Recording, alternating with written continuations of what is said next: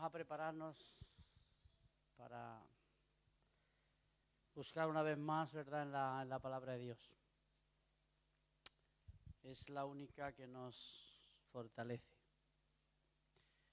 Solamente la palabra de Dios tiene la capacidad, poder de alimentarnos. Si no encontramos fortaleza en esta palabra para el alma, no la encontraremos en nada fuera de ella. Es ella la que nos da lo que necesitamos. Así como el plato de garbanzos para el cuerpo, pues la palabra de Dios para el alma. Gloria a Dios. Buenos cereales para el cuerpo, palabra de Dios para el alma. ¿Usted sabe por qué la gente está enferma, muerta espiritualmente? Porque no mora la palabra de Dios en ellos. Todo el que no tiene la palabra de Dios está muerto. Y el que escasea de ella está moribundo. Y muchos enfermos, debilitados. Así que en ella encontramos la potencia para fortalecer nuestra vida. Vamos a orar. Padre, te damos gloria y alabanza una vez más. Bendecimos y proclamamos tu nombre. Te rogamos que tú bendigas una vez más esta palabra en nuestros corazones. Bien, yo no sé si todos los que están aquí han leído la Biblia una vez, desde el principio hasta el final.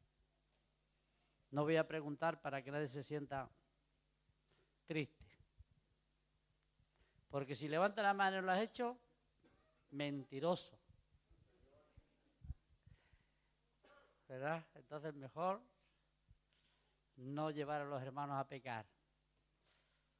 Pero bueno, si la has leído, bienaventurado, porque entonces sabes lo que dice el primer versículo y lo que dice el último versículo de la Biblia. Ni eso nos conocemos a veces, ¿a que no? Bueno, es fácil el primero y los últimos. En el principio Dios creó. Al final el Señor invita, ¿no es? A estar con Él, a esperarle a Él, amén. Lo ha leído, ¿verdad? ¿Se acuerda? Bueno, mire, la Biblia es el único libro que registra los inicios del mundo y el fin de ellos, de Él, del mundo. Es el único libro. Si usted quiere conocer con detalle todo lo que en el mundo ocurrió, está ocurriendo, ocurrirá, y el fin de él solamente lo podrá encontrar en la Biblia. Ella nos da detalle de todos los sucesos y acontecimientos de la historia. Es el mejor libro de información. Mejor que cualquier diccionario, ¿verdad? La Biblia. Y qué bueno, hermano, que hoy en día, fíjese que muchas veces uno no sabe cómo encontrar un versículo, tienes que buscar un buen comentario. Pues bueno, damos gracias a Dios porque ahora he descubierto, últimamente entrando en internet, que pones cualquier frase, cualquier versículo, cualquier tema que quieras descubrir y te sale una lista de todo. No sé si es un perjuicio para los libreros, las editoriales, si no se espabilan y se adelantan, pues van a tener problemas. Porque dice cualquier pasaje de la Biblia tú lo pones en un servidor que encuentra ahí y te lo dice todo. Y además ya sabes que encontramos comentarios también de ellos, ¿no? Bueno, así que ¿para qué amontonar tantos libros? Si hoy en día, ¿verdad?, lo tenemos ahí. Así que en él podemos encontrar todo tipo de información, hermano. La historia de la humanidad, desde su comienzo hasta su fin, nos habla de la caída del hombre, del pecado, nos habla de la redención y nos habla también de la victoria final. triunfando Dios sobre el mal. Y como hemos observado ya en varias ocasiones, pues Dios siempre al final saldrá victorioso. Porque hasta ahora nadie lo ha vencido, ni nadie lo va a vencer. Así que todo esto usted lo puede encontrar en las páginas de la Biblia. Todo. Y eso es lo que realmente nos fortalece, hermanos. Eso es lo que nos prepara. Yo quisiera contrastar entre el primer libro y los primeros 3 capítulos de la Biblia con el último libro y los últimos 3 capítulos de la Biblia. Qué diferente, ¿verdad? Hay una tremenda diferencia. Ahí se nos dice con detalle lo que ocurrió al principio y se nos dice al final lo que va a ocurrir. Amén. Así que si usted lee los 3 primeros capítulos de la Biblia y lee los últimos 3 capítulos de la Biblia, usted va a llegar a una conclusión, que hay una diferencia como del día a la noche. ¿Qué encontramos en los primeros 3 capítulos? Empezando por el 1 en adelante, el 2. Pues vemos la creación de Dios, ¿amén? Con detalle. Como Dios tomó su tiempo, hermanos, para hacer las cosas.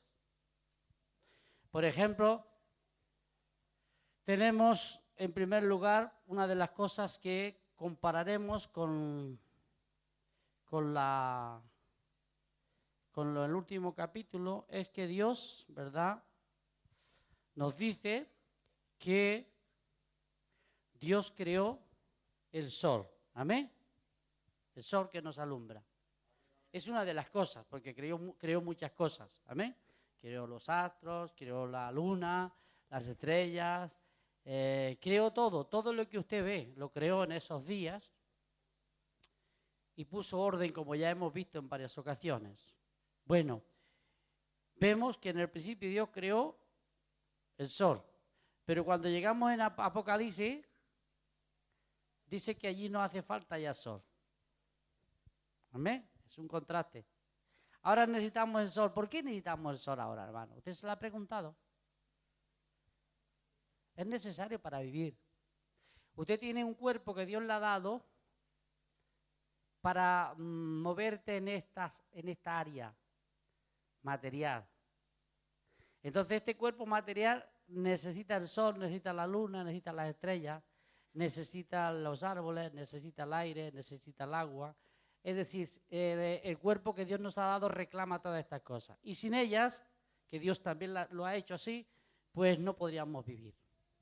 Así que todas estas cosas han sido dadas para beneficio de nuestro cuerpo, igual que también para las plantas y los animales, ¿verdad? Los necesitamos. Pero cuando entremos en el sistema nuevo, en la tierra nueva y cielo nuevo, nos hace falta.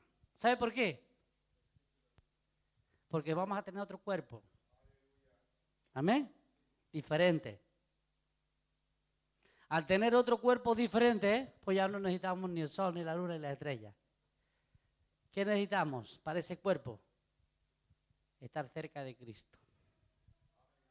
Porque seremos semejantes a Él. ¿Amén? Vamos a tener un cuerpo semejante al suyo, un cuerpo incorruptible. Y ese cuerpo incorruptible no necesita el sol, ni la luna, ni las estrellas. No lo necesita.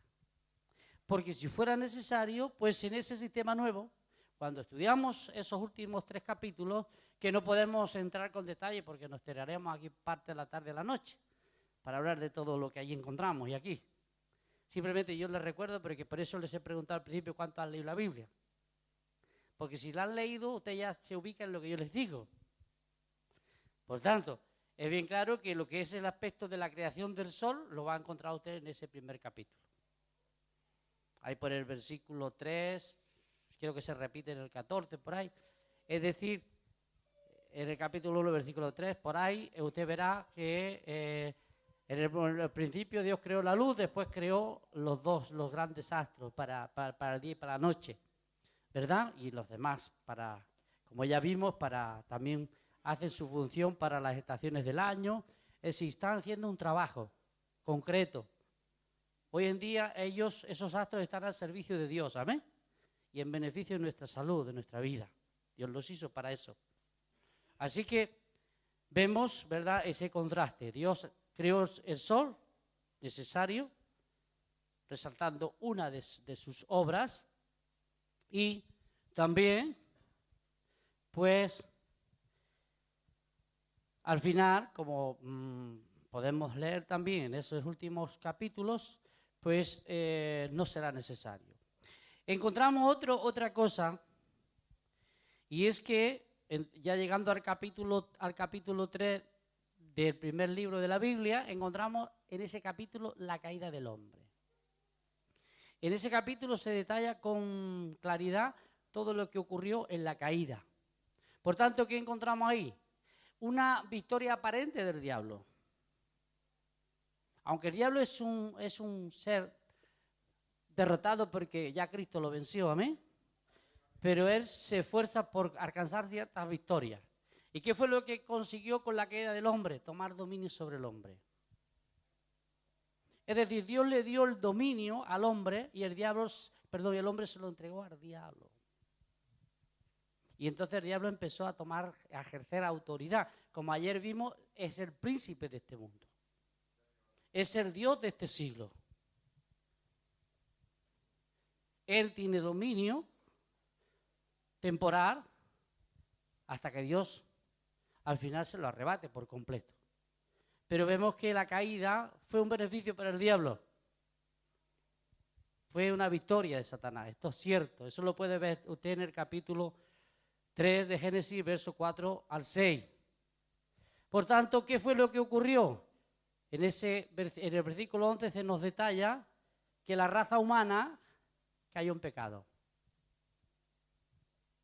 Cayó en pecado. Ya sabemos la historia. ¿Por qué cayó en pecado? Porque desobedeció a Dios. La desobediencia a Dios siempre acarrea pecado y eso es lo que mengua nuestra relación con Dios. Puede privarnos de las bendiciones, de las promesas de Dios temporalmente y muchas veces nos acarrea problemas en el cuerpo también, en el alma, en la mente, en la salud. Porque el pecado es destructivo, hermanos.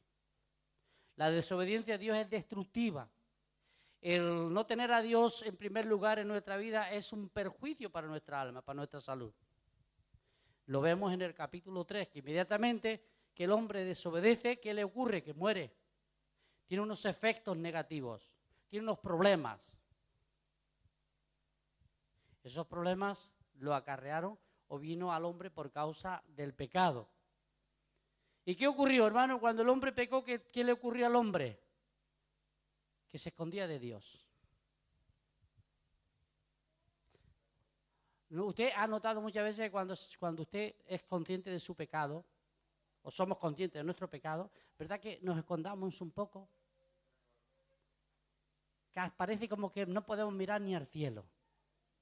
¿O no? Yo se lo digo. Porque en ciertos momentos uno dice, casi ni me atrevo a mirar hacia arriba. Va uno con la cabeza casi para abajo, ¿no? Porque uno es consciente que dice, cuidado que allá arriba está Dios. Fíjese que el pecado hizo que el hombre se escondiera de Dios. Antes de que el hombre no hubiera pecado, dice que el hombre mantenía una relación con Dios. No había problema, no había rotura. ¿Verdad que cuando nos enfadamos con alguien, sea entre padres, la relación de padre-hijos, de hermanos, a veces hasta nos cuesta encontrarnos cara a cara con ellos, cuando sabemos que hay un problema? ¿Verdad que sí? ¿Lo han notado o no? ¿Qué es lo que hace esto? El pecado. Algo hemos hecho que nos impide tener esa relación. Por tanto, en ese capítulo el hombre empezó a perder valores, empezó a acarrear consecuencias y una de las peores, hermanos, era el no poder tener relación con Dios. Hay un perjuicio tremendo cuando perdemos la relación con Dios. Y esto lo hace, hermano, el pecado, la desobediencia. ¿Cómo podemos recuperarla? Bueno, todos lo sabemos, amén. Hay un camino por el cual recuperar esa comunión. Y todos sabemos, hermano, también cómo podemos recuperar la comunión con el hermano ofendido, con aquel pariente que se ofendió, o con aquel amigo. ¿Cómo? Pues resolviendo el problema. Hay que pedir perdón y ya está. Hay que humillarse y decir, mire, perdona porque me he equivocado. ¿Y qué ocurre cuando pedimos perdón? Que parece como que se rompe una cadena y qué bien nos sentimos. Ya podemos hablar con el hermano, con el pariente, con el amigo. Es fácil, ¿no? Bueno, hermano, esto acarreó. ¿Y qué consecuencia? Bueno, mire que una separación, problema, el hombre escondiéndose en el verso 8, se ocultaba de Dios, dice en el capítulo 3. Entonces, esto acarreó una maldición sobre la humanidad. Y la maldición que trajo, hermano, trajo lágrimas, trajo sufrimiento. Porque al hombre le dijo, mira, a partir de ahora vas a sudar la gorda. Y te vas a ganar el pan con el sudor de tu frente. Hasta ahora solo tenía que tender la mano y coger y comer. Ahora tenía que irse a la calle a labrar la tierra. Y a la mujer le dice, a llorar, amiga mía. Hasta cuando te paras vas a llorar, vas a sufrir. ¿O no? Eso lo saben bien las mujeres. La mujer es la que a veces derrama más lágrimas, pues derrama lágrimas por todo. Porque dice que los hombres no lloran. Ese es el concepto, ¿no? Porque si un hombre llora, ¿qué dice? Tú no eres hombre ni eres nada, dice. El concepto que se tiene es que el hombre no debe llorar nunca. Nunca. Pero lloramos también, ¿no? Claro que sí. Porque tenemos sentimientos, hermano. Eso es un concepto del mundo. Si hay momentos hay que llorar. ¿Jesús lloró? ¿O no? Dice que lloró ante la tumba de Lázaro. ¿Amén? Él sintió el dolor en el sentido de la pérdida y él demostró que no es de ser varonil llorar. Pero hermano, las consecuencias es que se trajo la maldición, Dios maldijo la tierra por causa de ese pecado. Entonces el problema empezó a disminuir en vez de aumentar. Cuando Dios puso al hombre en el Edén, Dios le dio un modelo y le dijo, esto es lo que yo quiero que tú extiendas en toda la tierra. En la medida que os vayáis multiplicando, el Edén se irá extendiendo por la tierra. Y toda la tierra será semejante a esta muestra que yo os he dado. Ese era el plan de Dios. Pero tristemente ocurrió todo lo contrario. Empezó a ocurrir todo lo contrario. El hombre fue expulsado del Edén y Dios le dijo, a la calle. Así que a trabajar por ahí. Y se encontró, hermano, que había que lavar la tierra y ya sabía lo que era cosechar los pepinillos, la cebolla, y que todo eso conlleva un sufrimiento. Y tristemente se encontró que la tierra que tenía que aparecer solamente árboles frutales, buenas, acelgas, bueno, todo lo que son cereales y todo lo que son verduras, era especial en ese tiempo. Dice que empezaron a aparecer cardos y espinos. Y esto nos habla, hermano, que fíjense los problemas que pueden venir en nuestra vida si desobedecemos a Dios. En vez de florecer la vida, empieza a florecer lo contrario. La maldición acarreó. Hermano, todo esto ocurrió en este principio de la humanidad. Y nosotros conocemos toda esta historia porque si leemos con detalle estos 3 capítulos, ahí lo encontramos todos con detalle. Todo esto ocurrió. Se fue, todo. Así que el hombre pues ya sintió el efecto de la muerte y del dolor. No tardó mucho la familia en tener un gran problema, porque entre los 2 hermanos se mataron. Usted sabe que vino Caín por los celos y por la envidia y le pegó un mochazo a Caín y lo mató. No sé si fue con posiblemente no fue la quijada de un burro, ¿no? Como en otros casos.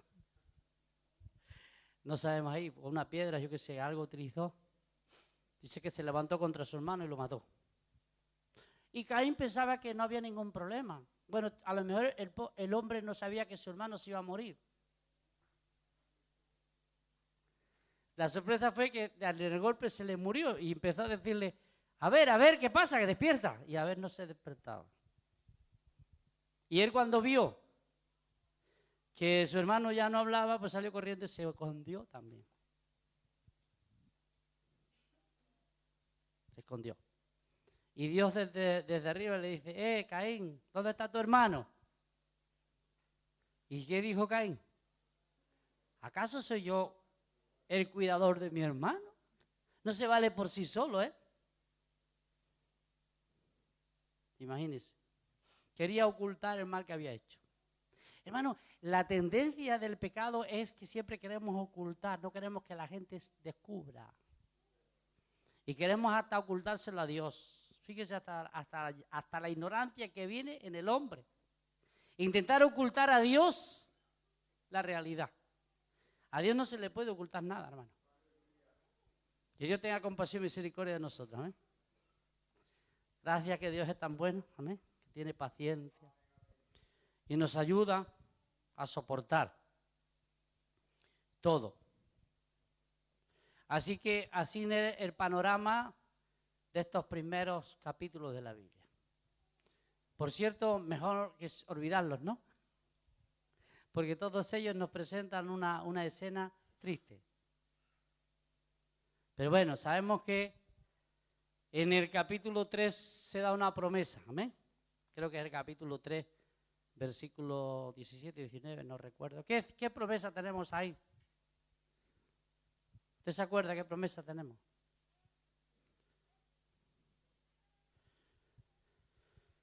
Aunque fue una sentencia para el diablo. Amén. Fue una sentencia para el diablo. Dios le dijo a la serpiente, ¿verdad? Que de la mujer o de una descendiente de la mujer, hablando de María, aunque él dijo de la mujer, nacería el que le daría el golpe mortal en la cabeza. Es el 17 o el 19, no recuerdo bien, capítulo 3. ¿Está ahí? Pondré enemistad entre ti y la mujer, y entre tu simiente y la simiente suya.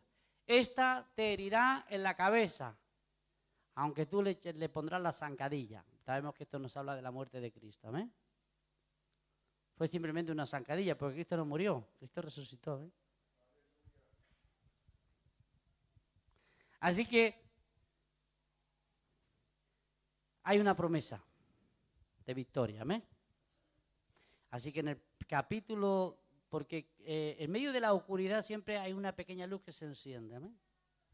Y esto es bueno saberlo, hermano, que cuando uno está en medio de una situación difícil, siempre se enciende una lamparita por ahí.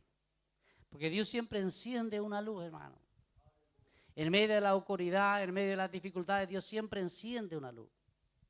Y aquí, pues se encendió esta luz, una gran luz se encendió. Bueno, el diablo a partir de ahora sabía que tenía un problema. Porque Dios le había dicho algo que él no sabía.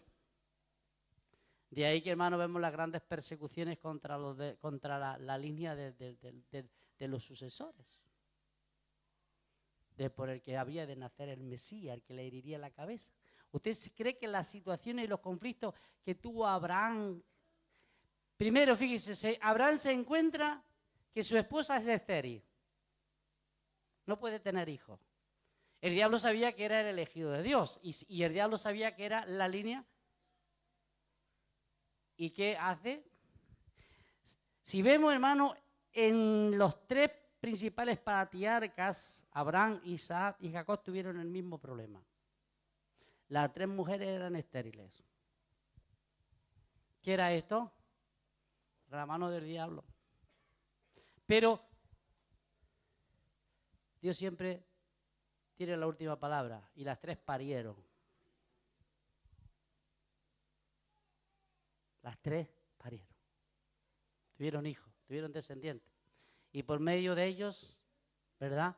Aunque por cierto no fue por Raquel, que viene la sucesión del Mesías, sino fue a través de Judá, que era un hijo de Lea.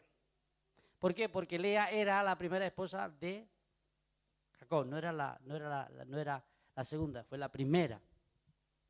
Fue con la que primero se casó y era la mujer legítima. La otra fue una añadidura. Pero como el diablo vio que la que amaba a Jacob era a Raquel, pues entonces el diablo pensó, bueno, por aquí vendrá el asunto. Ahí el diablo se equivocó un poquito, porque él no lo sabe todo. Entonces Dios cambió y se movió por otra área, porque Dios se mueve como quiere. Si usted se ha leído la historia, usted se dará cuenta de las consecuencias que trajo todo esto. Ahora fíjese que Dios le dice al diablo, le advierte el problema que se va a encontrar. Y a partir de ese momento el diablo empieza a poner mano a la obra para impedir que su cabeza fuera herida. Qué bueno que fuéramos los cristianos tan perseverantes como el diablo, hermano. Porque él no desiste. Él trabaja de día y de noche, no duerme. No se tumba en el sofá.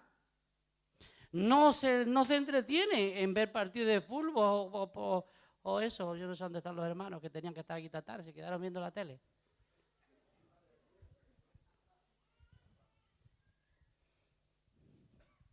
Ay, Señor, que Dios tenga compasión de todos. Amén. Bueno, estarán enfermos.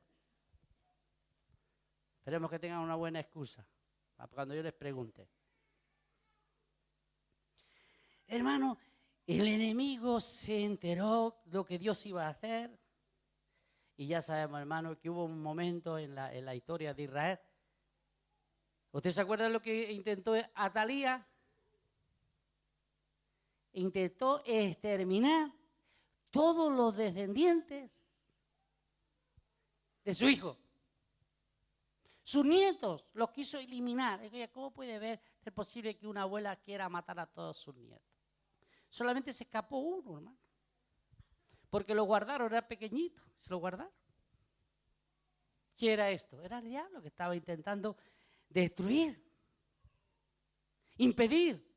Hermano, todas estas consecuencias es por la caída. Fíjese cuántos problemas a través de la historia podríamos reflejar tantos acontecimientos a través de estos hombres. Todos, el diablo les puso tropiezo, a David le puso tropiezo en varias ocasiones, y eso siempre fue el intento de impedir el plan de Dios en el hombre, no el plan de Dios. El plan de Dios nadie lo puede tener, amén. Lo damos por hecho, porque cuando Dios determina una cosa, se terminará a su debido tiempo. Dios no se adelanta ni se atrasa. Pero el diablo siempre intenta impedir que tú y yo avancemos. Él toma terreno, todavía puede tomar terreno sobre nuestras vidas. Nos puede impedir. Él no podrá impedir que usted vaya al cielo si es un verdadero cristiano, no lo podrá impedir. Esto lo puede tener seguro. Si usted ha nacido de nuevo, si es un creyente verdadero, si usted tiene la seguridad que es hijo de Dios, el diablo no podrá impedir que usted vaya al cielo, aunque le hayan dicho lo contrario por ahí, no haga caso. Porque no se puede demostrar con la Escritura la pérdida de un verdadero cristiano. No me lo puede demostrar en ningún lugar. Usted me podrá hablar de aspectos que no entiende profundamente, como hacen muchos que confunden para su propia perdición, para su propia confusión. Pero usted sabe que nadie puede arrebatarnos de las manos de Dios, amén. Y nada nos puede separar del amor de Cristo. Esto es bien claro en la Escritura. Pero el enemigo impide que la iglesia avance, que la iglesia conquiste, que la iglesia se multiplique. Él intenta que la iglesia sea estéril, hermano. Lo hemos visto a través de la historia. Ha intentado que las mujeres sean estériles. Él intenta que la iglesia sea estéril, que nosotros no paramos. ¿Lo he dicho bien? No paramos, no, parimos. Parar es una cosa y parir es otra. Quiere que nos paremos, que paremos de parir. Gloria a Dios, pero hay que seguir adelante, amén. Porque como conocemos por este libro las artimañas del diablo y conocemos también el plan de Dios, pues entonces podemos tomar las decisiones. A veces el enemigo nos toma un poquito de terreno, otras veces se lo arrebatamos nosotros. Pero un día, en una ocasión gana él, otra vez ganamos nosotros. Son victorias. Amén. Pero la victoria final está asegurada. Amén. Esa está asegurada porque Cristo la resolvió en la cruz del Calvario. Por tanto, cuando nos vamos al libro de los 3 últimos capítulos de la Biblia, amén. Primero, no hace falta el sol. Eso usted lo puede ver en los versículos 22, 23, capítulo 21, versículo 23 y capítulo 22, versículo 5. No existirá el sol. No es necesario, porque para eso está Dios allí para alumbrarnos. Amén. Segundo, el diablo es derrotado.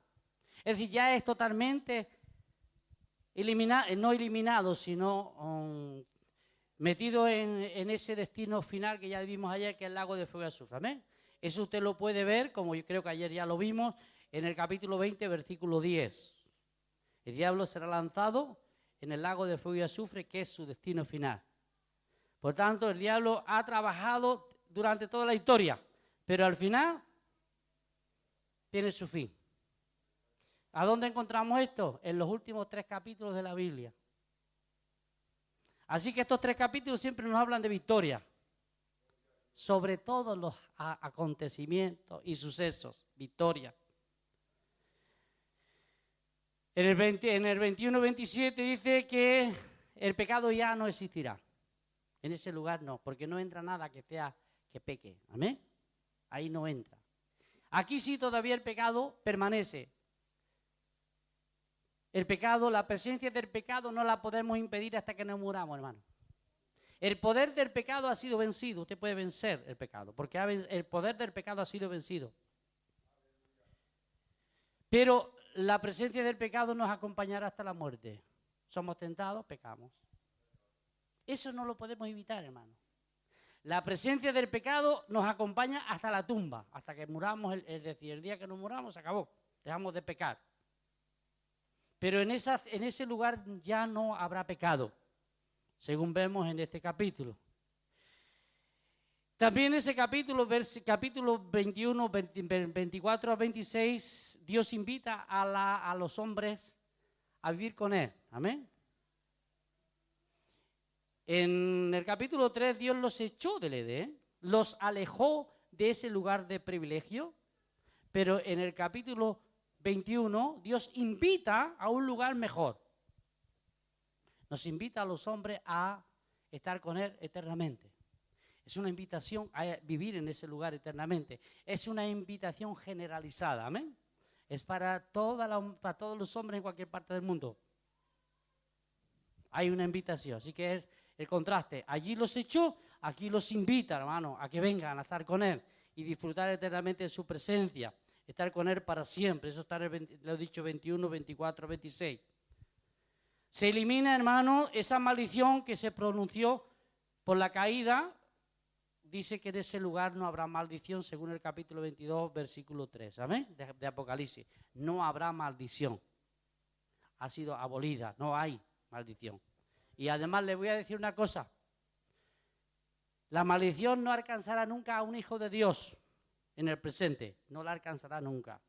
Si alguien le dice a usted que usted puede ser maldecido, no lo crea, es mentira.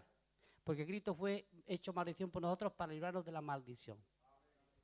Así que tengan cuidado, hermano, cuando ustedes dicen, no diga nunca, no pronuncie nunca la maldición sobre los hijos de Dios, porque no existe. No existe. Otra cosa es que Dios nos prive de cosas por la desobediencia, eso es otra cosa. Pero lo que es la palabra maldición para los hijos de Dios no existe, hermano. En el nuevo sistema, en el tiempo de la gracia, la maldición ha sido abolida para los hijos de Dios. El mundo es otra cosa, porque ellos están bajo maldición. Pero ¿quién está fuera del alcance de la maldición? Los verdaderos cristianos, ¿amén? Los que han nacido de nuevo. Los cristianos no les afecta para nada la maldición. Y ahí en ese lugar aún menos. Así que cuando usted pronuncie cualquier cosa, nunca pronuncie la palabra maldición sobre los hijos de Dios. Porque está engañando, está mintiendo. No utilice nunca un pasaje del Antiguo Testamento para pronunciar maldición, porque eso era del tiempo de la ley. La maldición era... Si no hicieras esta cosa, entonces te alcanzará la maldición. Pero Cristo ya resolvió ese problema porque Él alcanzó esas cosas para nosotros. Hermano, tenemos que saber distinguir entre lo que era el Antiguo Testamento de la ley y lo que es el tiempo de la gracia. Es muy diferente, ¿amén? Es muy importante que esto lo tengan en cuenta. No hay maldición en ese lugar, hermano, no. Se nos invita a estar en una ciudad que no podemos dar detalles de ella con claridad. Lo interesante es que dice que esa ciudad es y desciende de Dios. Es Dios que viene, como siempre, ¿verdad?, a buscarnos. No es que nosotros vamos a Dios, sino que Dios viene siempre a nosotros. ¿Amén? Él vino a salvarnos a través de Jesucristo. Y cuando tengamos que ir a esa nueva ciudad, es que Él dice que esta ciudad desciende del cielo hacia los otros. Por tanto, es Dios siempre el que toma la iniciativa para darnos estas bendiciones. Así que esa ciudad es donde realmente moraremos. Recuerdan que en el antiguo, en el principio de ese libro, el capítulo 3, se le prohíbe al hombre comer del árbol de la vida, ¿ven? ¿Qué le dijo Dios? Saquémoslo para que no extienda la mano y alcance también del árbol de la vida y coma y viva para siempre. En este estado no se puede vivir para siempre porque estaban en pecado de muerte. Se le priva, pero en cambio en este nuevo sistema se nos invita a comer del árbol de la vida. Capítulo 22, versículo 25, lo puede usted también comprobar. Se recobra, hermano, el paraíso perdido, ¿ven? Capítulo 21, 5 y 22, 1. Y, por último, la muerte, que fue la causa de la desobediencia. En ese sistema ya la muerte no existirá nunca. La muerte nos afecta, como les he dicho al principio, en nuestro cuerpo. Pero en el cuerpo glorificado, el cuerpo resucitado, no será afectado por la muerte jamás. ¿Amén? Porque dice que ya la muerte no existirá. Eso usted lo puede comprobar, que se vivirá para siempre, 21, versículo 3 y versículo 7 de Apocalipsis. Así que vemos el contraste, hermano. Al principio un desastre, pero al final esto demuestra que Dios siempre tiene a su alcance todas las cosas y Él nos da la victoria total siempre, hermano. Nosotros, hermanos, como cristianos tenemos que vivir en victoria. ¿Amén? Tenemos que vivir en una actitud de victoria, no de derrota. El diablo quiere que usted sea un derrotado, que yo sea un derrotado. Pero Dios quiere que nosotros vivamos en victoria. El enemigo hará todo lo posible para que usted viva una vida de frustración. Él le va a desanimar. Él le va a impedir que usted tome compromiso con Dios. Él le va a ofrecer todo lo que esté a su alcance para que usted y yo hagamos cosas que desagradan a Dios. Él lo intentará. Le va a impedir que usted venga a la iglesia. Le va a impedir que lea la Biblia. Le va a impedir que usted ore. Le va a impedir que usted tenga relación con los hermanos. El enemigo se dedica a impedir todo aquello que es beneficioso para nuestra alma. Pero al cabo es su trabajo. Está cumpliendo con su deber. Desde el punto de vista de su carácter. Eres un rebelde. Eres un... ¿Cómo se llama? Un comunista. Es un anarquista. Porque es el espíritu que le mueve al diablo. Por eso en el último tiempo su hijo, ¿qué va a imponer en este mundo? Pues un sistema de anarquismo. Va a revelar su carácter. El anticristo establecerá un sistema de anarquismo que la vida no será respetada. Cada uno hará lo que le apetezca, aunque bajo una dictadura de él, claro, para que nadie se salga de la raya.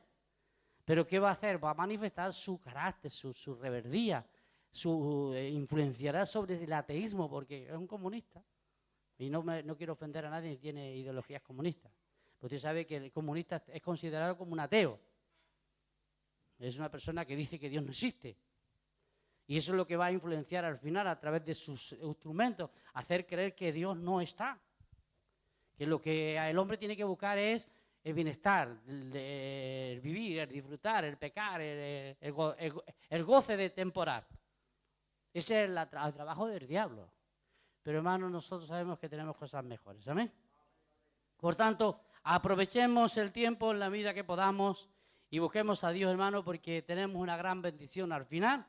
Tenemos un lugar de victoria, de gozo, donde no vamos a tener ningún problema que hoy en el presente los tenemos, porque Dios nos lo va a dar en Cristo Jesús. Amén. Así que fíjese qué gran diferencia. Usted una vez más cójase los 3 capítulos de la Biblia y compare con los 3 últimos capítulos de la Biblia. Verá que hay una diferencia como de la noche al día. Y usted va a comprobar lo que le espera si es un verdadero creyente. Vamos a orar.